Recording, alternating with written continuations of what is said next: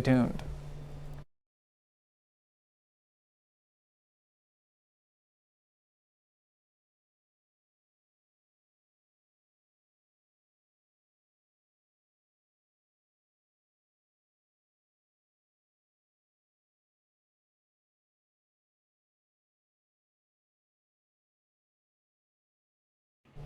Well, thanks again, Nick. And Nick, check this out. It looks like we are not the only ones experiencing the effects of some crazy weather right now.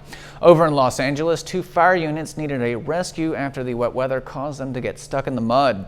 Both fire trucks got stuck in the Lincoln Heights area just north of downtown LA near Dodger Stadium. One fire truck tilted to its right side while responding to a fire on a hillside by a washed out road. Homes below the truck were evacuated in the event that it slid down the hill, and a heavy-duty unit had to be called in to help pull the truck back onto the road. 2 hours later, a second fire truck also got stuck on a steep driveway in the area. No injuries were reported from either of the 2 stuck truck incidents. Well, stay tuned, sports fans. We'll be right back with Sports Director Jacob Leonard and your News at 9 Sports Report.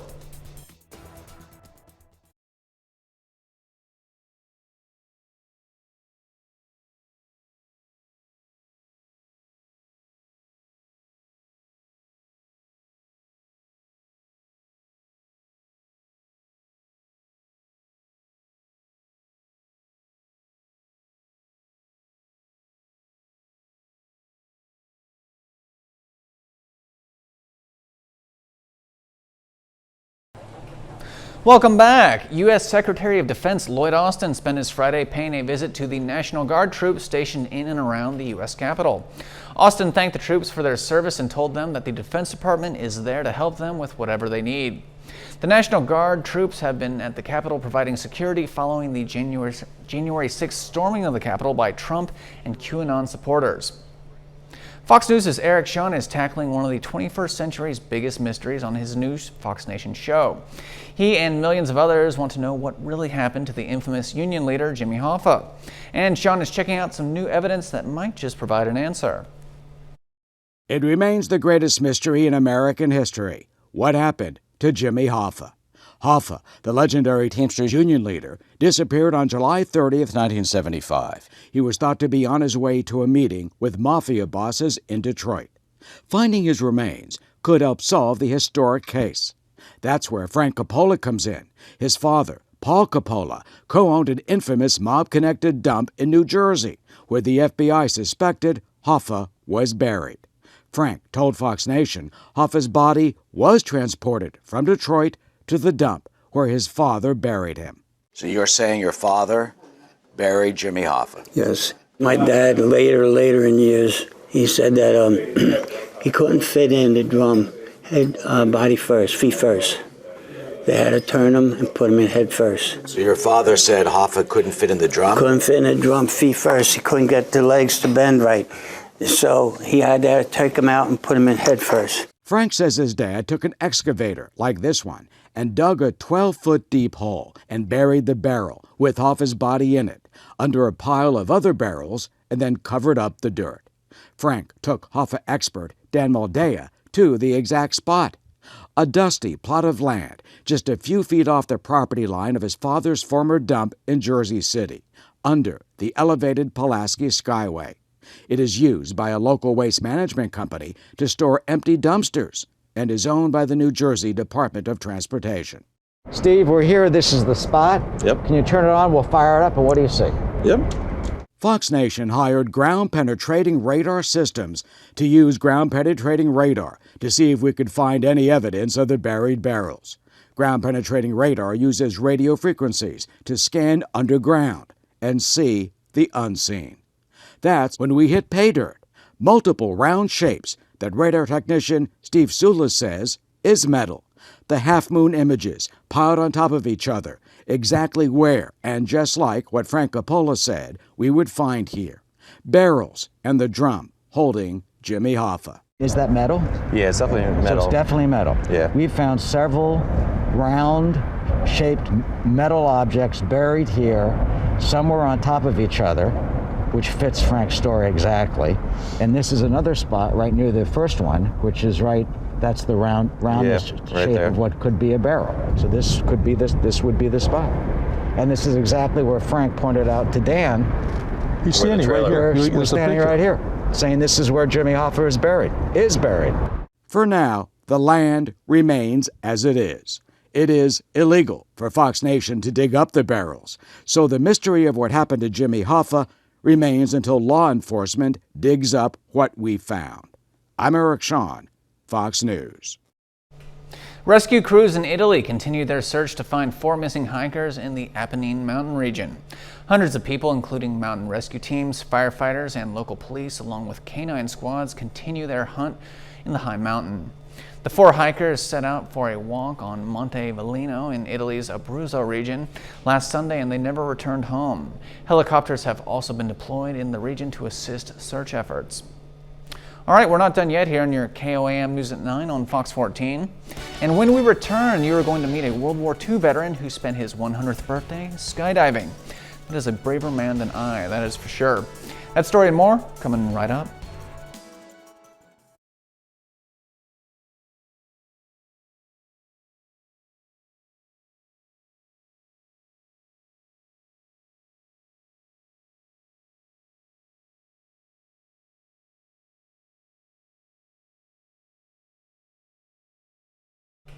Welcome back to your News at 9. A World War II veteran celebrates his 100th birthday by jumping out of a plane. One more take on this.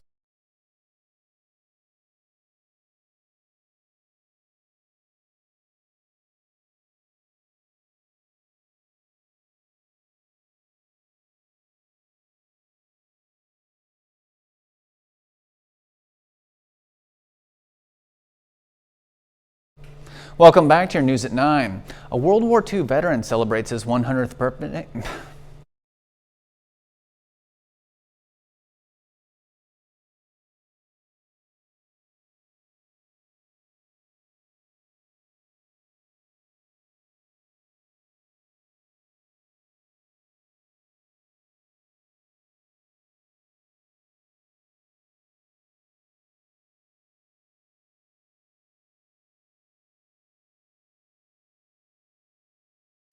Welcome back to your News at 9. A World War II veteran celebrates his 100th birthday by jumping out of a plane. Let's check out this hero as he crosses skydiving off his bucket list. Fox News' Joe Tillman takes us along for the ride. I'm just going along for the ride. I'm Charlie Montanaro, and I served World War II Merchant Marine. And we were the spy line. Just any place and every place and all over. What am I doing out here today? Going crazy. We're jumping. We're going to sky jump. It's about the only thing in life I haven't done. Because I told Adam about, when I was 98, I think, I said I wanted to jump when I'm 100. He never forgot it. Well, I'm not jumping alone. And there's, 9 other jumpers with me, all from honor flight.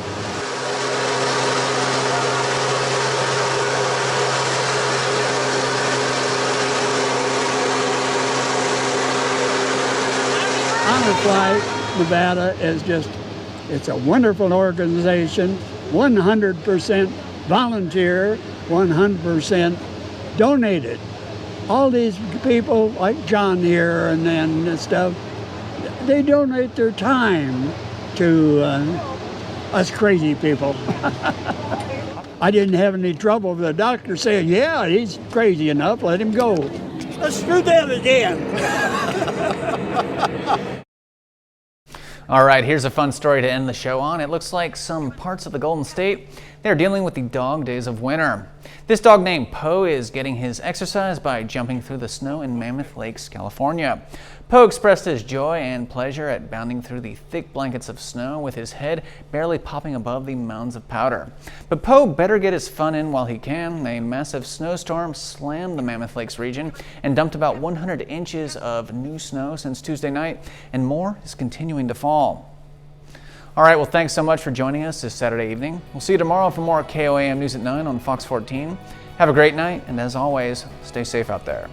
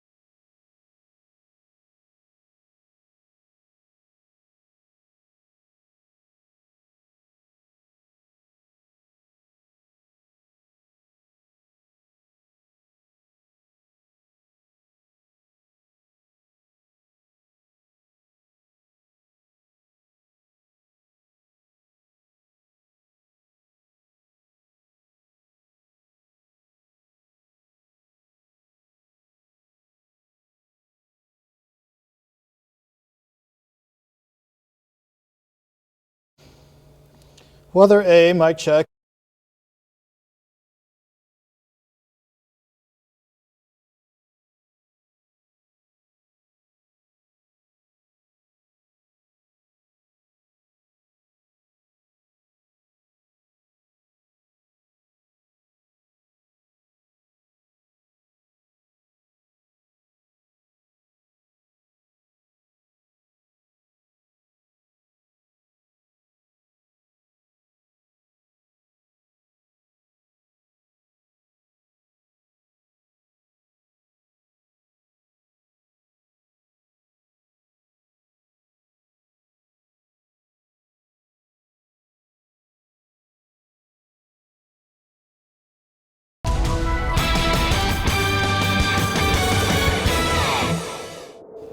The entire area picked up on widespread rain throughout the course of our Saturday, but some of you had to deal with some severe weather before we got this evening going. You can see the time lapse from Indigo Sky across Seneca, Missouri, showing the rounds of rain that we've seen through the morning hours and even the thunderstorms that skirted close by as we were keeping an eye on some severe weather that worked on through this afternoon. You can see how the day began late last night into this morning, a lot of cloud cover, then the rain screened on in with this storm system rolling through. But on the backside of it, though, we actually had some isolated thunderstorms develop across northeast Oklahoma, and those were the ones with a little sunshine and a little bit of low-level spin that led to a few quick tornado touchdowns across parts in Nowata County before it really worked into our area. But once it did skirt across our main counties on the Kansas and Oklahoma side near the state line, all it did really was drop hail between dimes and quarter size. That's the largest the hail went, including additional storms that developed in southwestern Missouri. Those were primarily hailers ranging between dimes and quarters. But regardless if you saw the rain today or the thunderstorms, especially this afternoon, everybody saw quite a bit of rainfall. On the average, about an inch of rain area wide. Needless to say, follow the color coding, you could tell along Kansas 99, close to the turnpike on the Kansas side, northeast Oklahoma, north of the turnpike, and a couple areas in southwest Missouri. We had spots pushing 1 to 2 inches of rain. That has led to some low-level or low-lying areas being flooded earlier this evening, but the only flash flood warning I still see on the board is for central Berry County until 1 o'clock in the morning. But even then, that's going to be allowed to expire because we were done with the main crux of our rain and thunderstorm chances since the evening began. We're just dealing with a few straggling showers and some pockets of drizzle that will try to hold on throughout the course of the night. So what did all this mean as far as temperatures go? It's definitely cool this morning with most of us in the 40s, a few spots near 50 around Chanute, Fredonia, and Yates Center.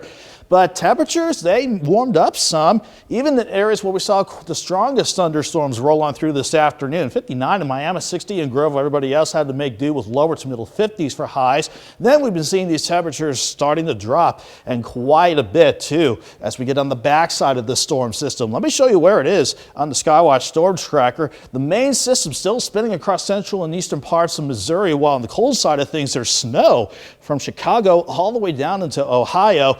That's where that system is going to take the snow and keep it away from us. We are still going to hold on to this upper low for tomorrow to keep us mainly in the clouds, but we're dry for tomorrow. A mid-bridge keeps us quiet through the middle of next week before our next storm system rolls in from the west. But a quick look at the overnight and into your Sunday shows again maybe just a few random showers, otherwise a few areas of drizzle during the overnight, maybe to start your early Sunday morning out. But I do expect a dry Sunday afternoon with skies relatively staying mostly cloudy. Maybe a few peaks of sun will try to help us out. But as far as temperatures go, we are going to be in the mid-30s in the morning, and you see how little we warm up during the day tomorrow. 40 degrees on Sunday, 44 Monday, 53 Tuesday, 57, but staying dry for Wednesday. Then we'll see the action pick up again as we stick with Doug's pattern by late next week. We'll look at those storm systems in the next half hour, Mike.